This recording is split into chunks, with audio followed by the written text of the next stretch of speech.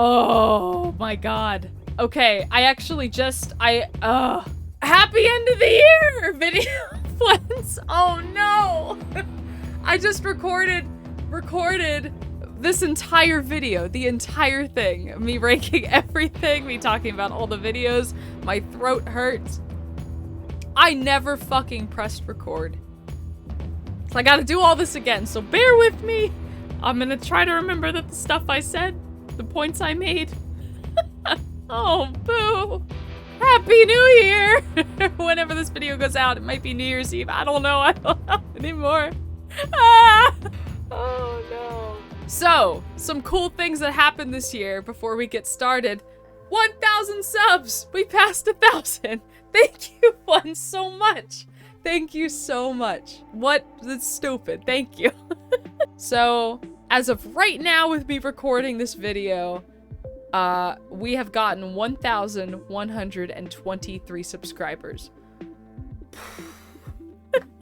That's so stupid. Thank you.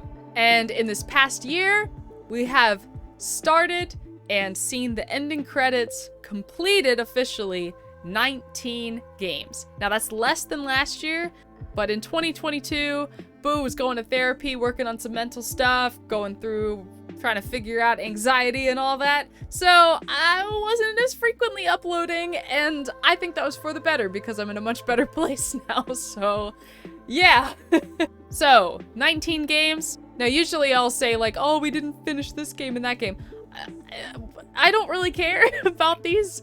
Some games we didn't finish this past year are The Dog Island. Oh no, not The Dog Island. I don't know. Maybe we'll finish that one in the future. Katamari Damacy. Yeah, I mean, we could maybe finish that one at some point. Now, another one that I wasn't really sure of whether or not to include it in my ranking, and if you want to, you can, but Resident Evil 2 Claire's version. Now, I didn't actually beat the final boss, so in my mind, I'm like, I didn't beat the game, but I know that that's the ending of the game. Also, I've already played Resident Evil 2, but Leon's side. Claire's side is very different, but I don't know. I mean, I think that's fine. I'm just not gonna include it. So anyways, let's get started. Number 19. Number 19. I don't really have like bad games this year, like to put at the bottom. So I put God of War Ascension here. It was fine. It was kind of an average game to me. I think playing this game at the beginning of last year really had me understand that I don't think God of War is really my series. I really liked the first game when we played it, and then I liked the second game, and then from then on I was just kind of like, oh, I just want the first game again, you know? And it was the same with God of War Ascension. I'm just playing it. Nothing too crazy or entertaining to me is happening, and I'm just kind of like, yep, it's a God of War game. So, I mean, it was fine, and that's really where that's why it's at the bottom. It's kind of like, it was fine.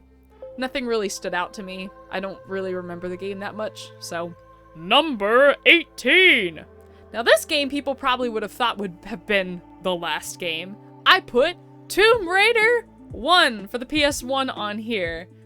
Yeah, I put it above God of War Ascension because unlike God of War Ascension, I actually remember the Tomb Raider game, and I remember very specific parts of it that were very entertaining. Let's just put it that way. This game, obviously you know I fucking hate the controls in it, and I call it a piece of shit a lot, but when you look at the game, the level design is amazing. So cool for as old as this game is. The enemies are really cool too. It's just unfortunate that the game came out when it did because the controls suck assholes. But if you look past that, it took me over 2 years to beat this game, and I got frustrated so much. But when I would go back to edit, to upload the video, I had so much fun editing, making music compilations, and just watching my stupid, pissed off face the entire time. So I actually, in a way, I thought about putting this game higher. I really enjoyed it. I am so glad we finished this game. And yeah, it probably just deserves to be number 18.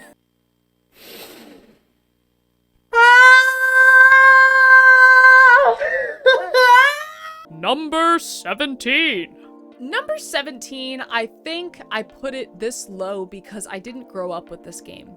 And so I know this is gonna hurt people in the nostalgia bone a lot, but I put Sly Cooper and the Thievius Raccoonus here. Really, it's just a good game. Like, to me, there's nothing that really stands out about it. The level design is kind of cool. I will say the controls and the way that Sly moves is so fluid and just feels so nice. Unlike some other 3D platforming games that came out around the time that are very clunky, and when you jump, it just feels weird.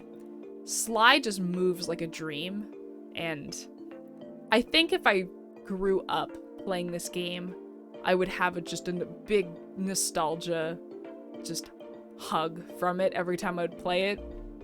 But I just don't have that, so to me it's a fun kids game. And that's just where I'm gonna put it. Number 16. Number 16. Another nostalgia bone for people. I didn't grow up with it. When I was playing it, there were definitely some parts of it that I really enjoyed, but then there are other parts I'm like, do I care? Kingdom Hearts. It was very different from what I expected. I think the level design was really cool, but something, and I'll compare this game with a higher up game later on, but something that irritates me with some older game, hey, solve this random puzzle, and this is just something I'm making up, but put the puppy on top of the cactus. Why? Why would I put the puppy on top of the cactus? Well, that's how you solve the puzzle and move on. Why would I put the puppy on the cactus? That doesn't make any sense. It doesn't make any sense to put a puppy on a cactus. Well, then I guess you're not progressing. And that's how I feel like that the game does that a lot, where I'm like, I don't understand why I'm doing this, or you need to like follow a specific line of cutscenes before something actually works. So, I definitely had some really fun memories pop up with it, like when you get to fly for the first time, and I like the twist with Ansem. I don't know, there was some really great parts to it, but I think overall, I didn't grow up with it, and I just kind of was like, yeah, it's fine. It's cool. That's about it. Number 15. Number 15. This is a great game.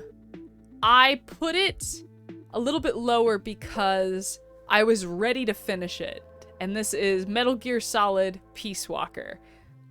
Thinking back to this game now, it's definitely a great game, but I was so ready to just get to that end that I almost like lost my enjoyment from it. But it's so important to play, especially to get that secret ending that really shouldn't be a fucking secret ending because it's super important to the plot in the future games. I talked about this game a good bit in my Metal Gear Solid series ranking video. So if you want to hear more about that, go check out that video. But yeah, overall, pretty great game. Nothing super spontaneously spectacular for me to put it higher. I had some really great games that I played this year, so to me, this one sits about at number 15. It probably could be higher, but I'm fine with it here. Number 14. Number 14 is a hit or miss game for people. I understand why. This is another game I was just so fucking ready for it to end. And looking back at it now, I did have a lot of fun with it, but Metal Gear Solid 5: The Phantom Pain is so long. It is such a long game, and there were parts of it that just felt like it was dragging out to me, but also the game is very fun. There's lots of freedom that you get, choices that you can do of combat, and just different ways that you can go about doing things that is really unique and very cool. That twist at the end, I mean, I've talked about this game a whole lot in, again, my Metal Gear Solid series ranking video, but yeah, that ending, awesome. So again, just like with Peace Walker, if you want to see more, hear more about why I think the way I do about these games, go ahead and check out that video. Number 13. Number 13, I just remember having like a good time playing this game. I honestly don't remember a whole lot from it, surprisingly. It was a Saturday live stream video. We finished it in one sitting, And I just remember it being super colorful, the story to be fun, and I just really enjoyed it. I don't know how to pronounce it. Gris? I don't know.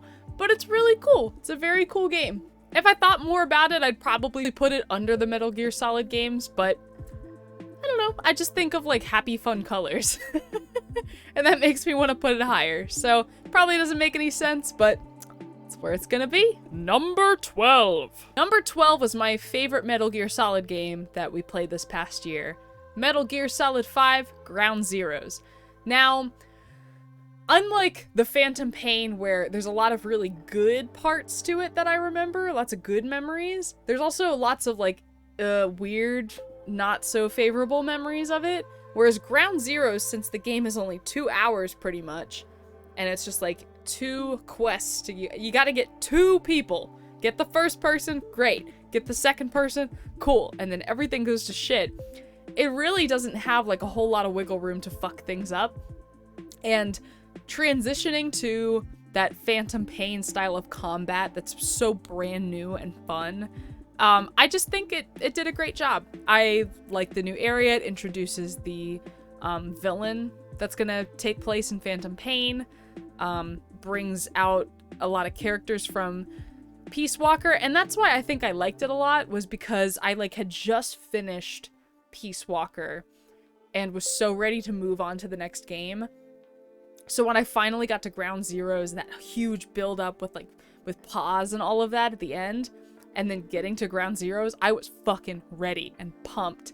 And then that ending of Ground Zeroes had me so pumped and ready for Phantom Pain. Phantom Pain and Peace Walker make like a great sandwich with Ground Zeroes, and it's just great.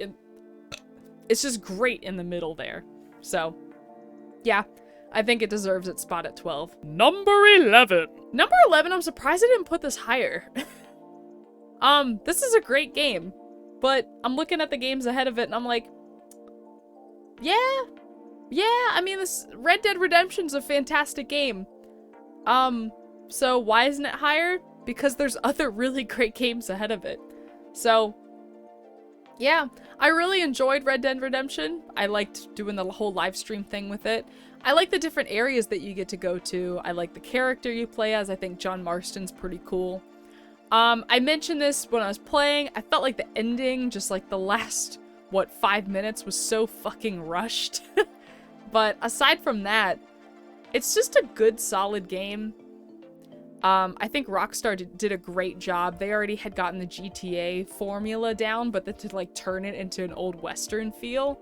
In 2010, mind you, with epic graphics. I mean, playing that on the PS3 from 2010, from 12 fucking years ago, and still being blown away by the graphics, like, that's something special right there, you know? There's a lot of games I look back on, even from 6 years ago or 5 years ago, and I'm like, yeah, this didn't, like, the graphics didn't hold up, you know?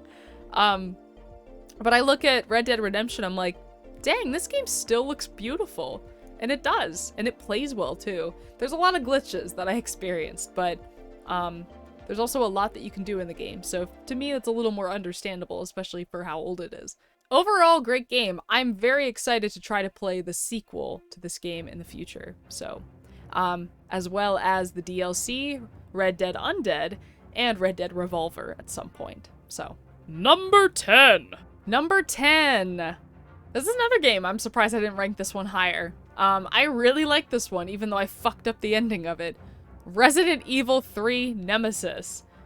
I really liked this one. I usually like how you can choose, like, what character to play as, but this was the first one where it's like, no, you're playing as Jill. Okay? Get used to it. And I like that. I like it brings back Jill. And something I also really liked is how you go back into the police station from the second game, but now you have this creepy Nemi guy busting through windows, scaring the absolute loving shit out of you. It's very creepy. I had definitely the most jump scares in this PS1 game that I had with the others. There's just a lot of great scares in this one, and I fucked up the ending, I know. There's different choices that you can make in situations, and at the end, when it was like, should you stay and fight the boss or should you leave? I was like, I guess I'll leave and then we'll fight the boss later, right? Nope. You can just choose to not fight the boss. And that didn't like click in my head. So when I walked out, you're all like, why did you do that? And I'm like, I didn't know. I thought I knew, but I didn't know. I'm sorry. So I fucked it up, but it does what it do. Overall, this was a great Resident Evil game. I've had fun playing all of the Resident Evil games that we've touched so far. So this one was no exception. Great game. Number 9. Number 9 was one of our Saturday live stream games, and this was the third game in this series, and it was great. I loved it. Shadow of the Tomb Raider. Laura's such a badass in this game. It's so awesome. Something I really liked about this game was it actually felt more like a world, like all of the different villages and areas that you can go to. And although I didn't really explore that much in those or do any side quests, if I were to go back and play this game a second time, I know I would have so much fun doing all that shit. So, I don't know. I really like the atmosphere of this game. I guess I wasn't a huge fan of the final battle with the bad dude. I'd say one other flaw with it is I thought that there was a character that died that was just completely fucking pointless. But yeah, overall, I just like it, dude. It's a good game. What a solid trilogy right there. Like, just bringing back Lara Croft after all these years of her just being in, like, shitty games. And just bringing it back and being like, hey, remember this, like, fucking epic whammon? Why don't we just make a fucking epic game? And then they did. And they made Tomb Raider 2013, Rise of the Tomb Raider, and then Shadow of the Tomb Raider. And they're all fucking fantastic, and I really want them to make another one. We'll see. If they do, I'm gonna play it. Number 8. Number 8 is a game that I have already played before I played it this year. And I still fucking enjoyed it. I can't quite remember. I think I was playing this game either while I was playing the Phantom Pain or right after I'd finished the Phantom Pain. And I was like, I just need like a palate cleanser, something that I know I'm really, really gonna enjoy and just have fun with. And Bioshock was it. I fucking love Bioshock. I will say though, I do think that maybe Bioshock is a lot better to play than it is to watch someone play it. If you have the ability to play it yourself, I think you'll understand why it's so satisfying to play, because the controls are so stellar. The fluidity of the game is great. It just feels good. I still love the twists. I love Rapture.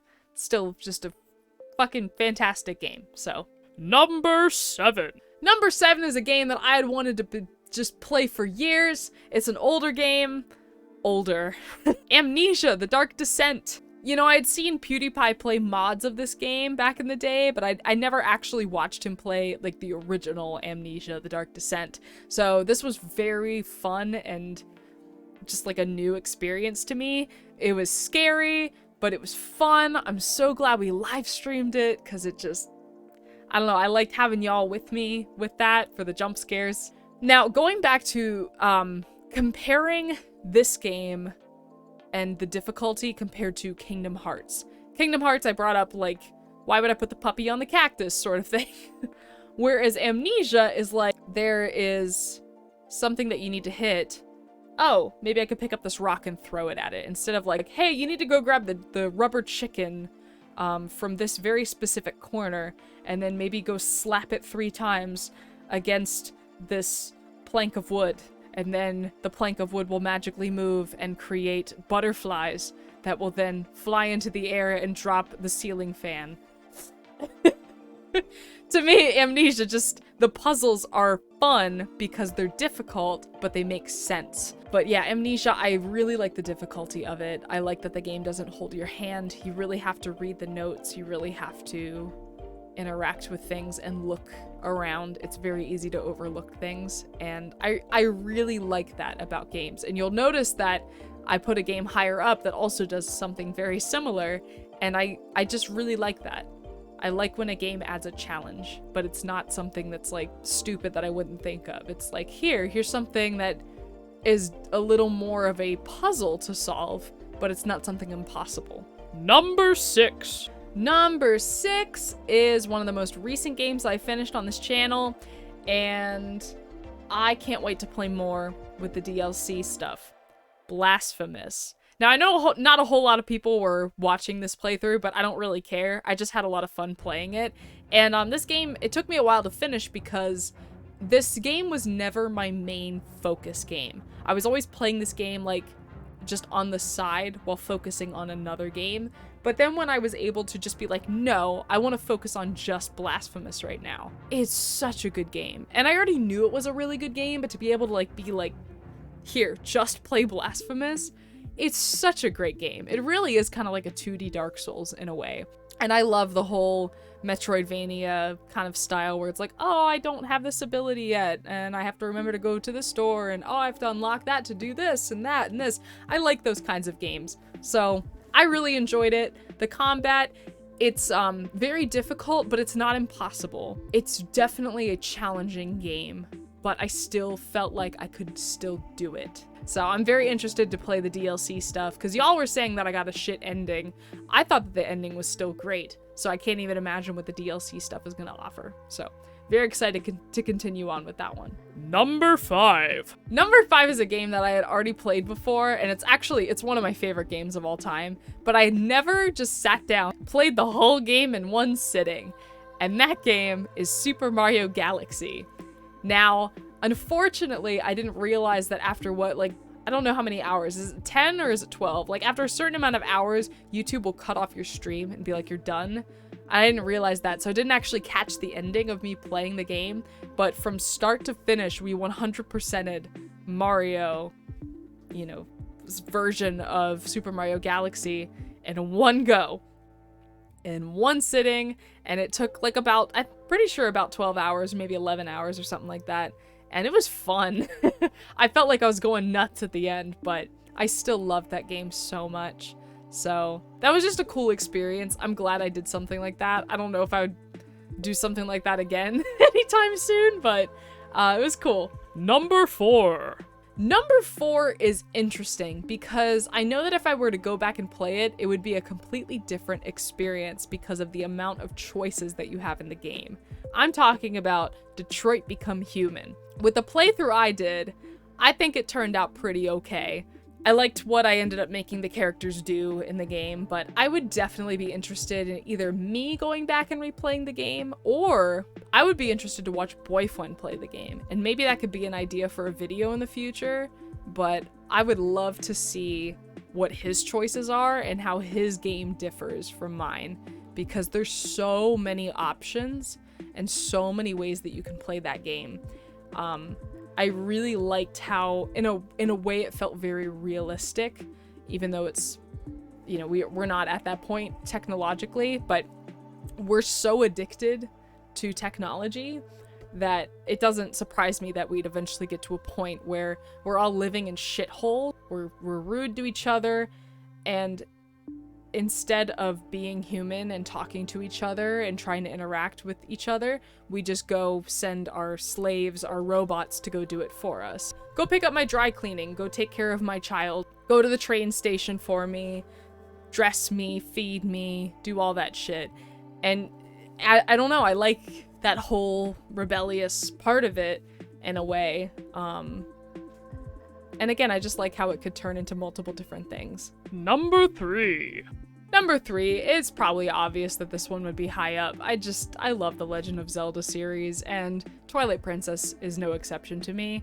It was really cool to play this game in HD because, 1, the game looks beautiful, and 2, I played this game on the Wii, and the Wii version is mirrored from the original, whereas the Wii U version sticks with the original GameCube version. So when I was playing it, even though I recognized the game, it was a little foreign to me because I'd be like, oh, I need to go to the left here because I played the game so many times, and it's like, no, you need to go to the right.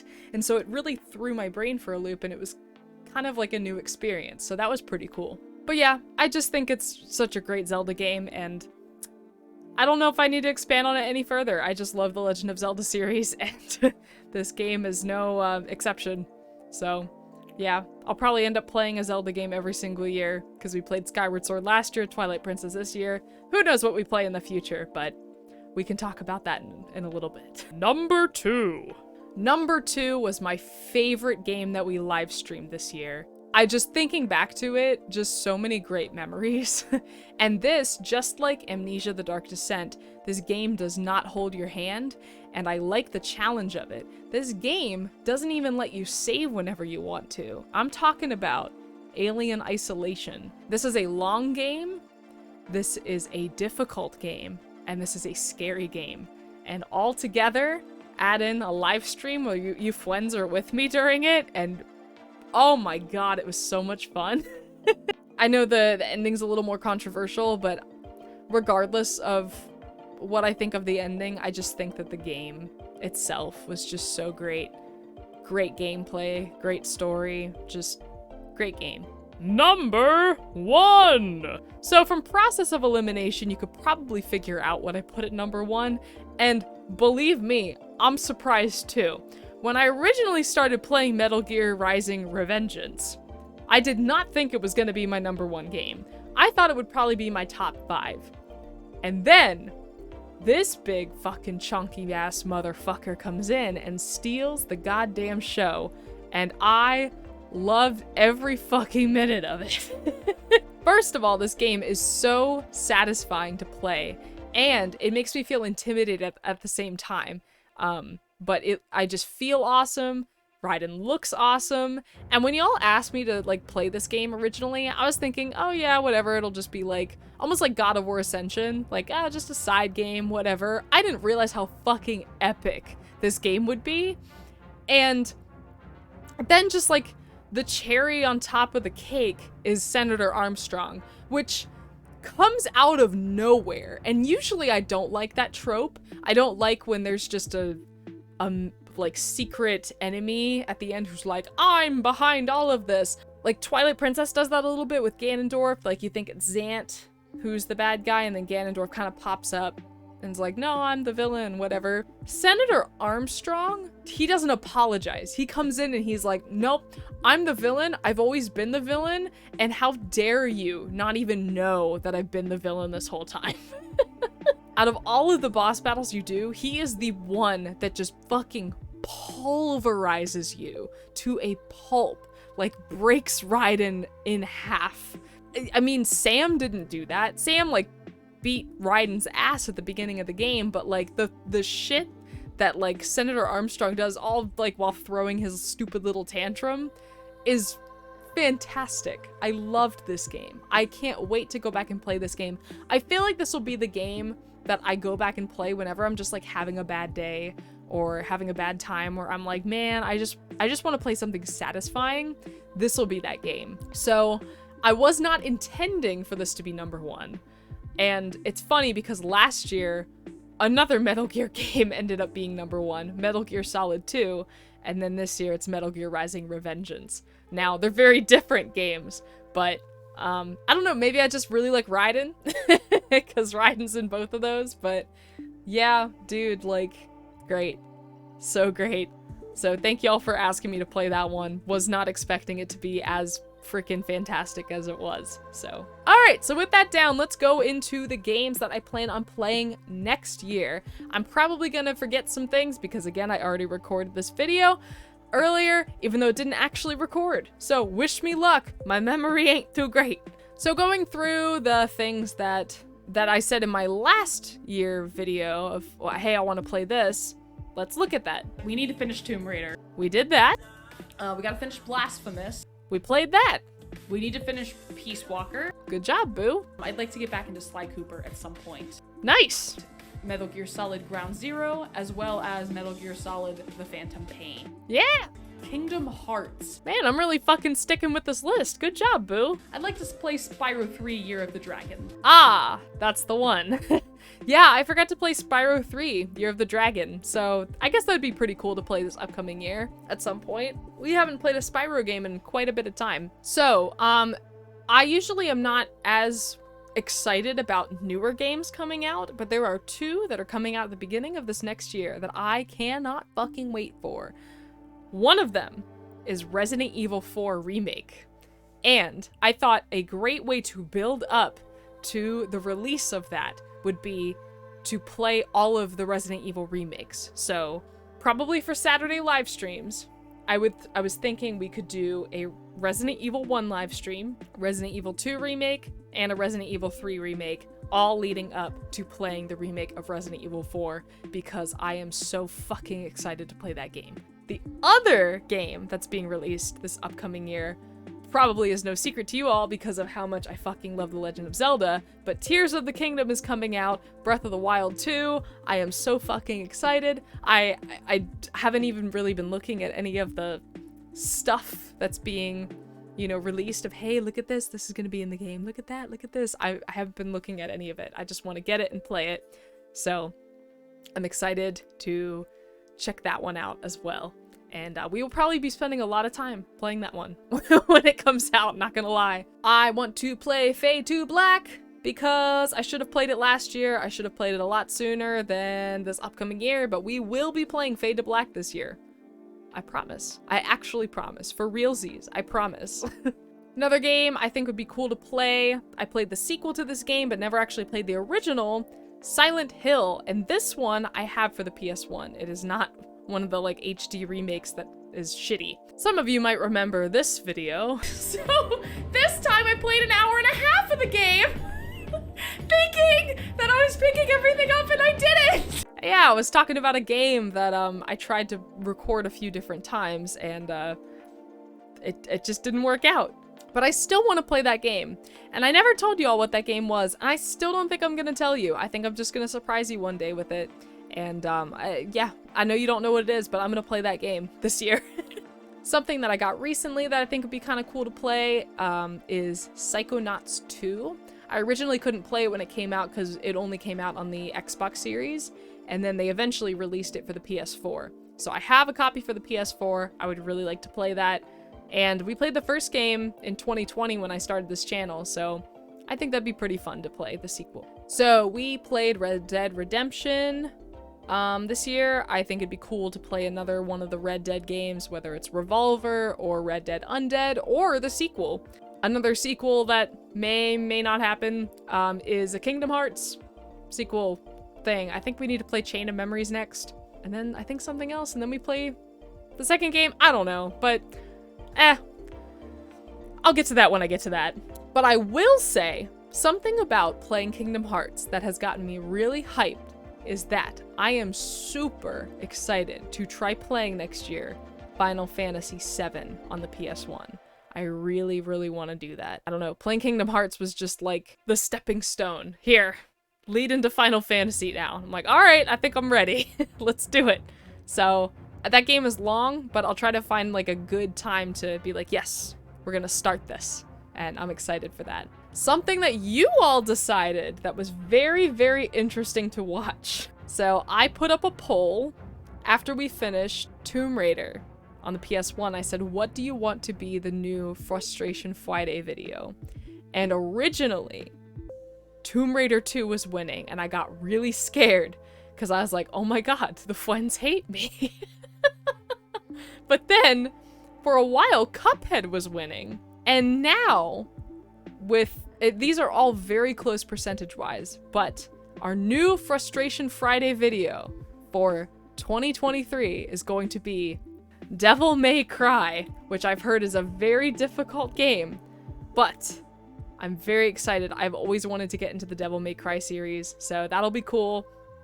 But a lot of these other games were very close, so I'll definitely keep them in mind for the future, and if we finish Devil May Cry, hopefully in an average amount of time, then we can pick up some of these others. So they were all very close, and they definitely fluctuated.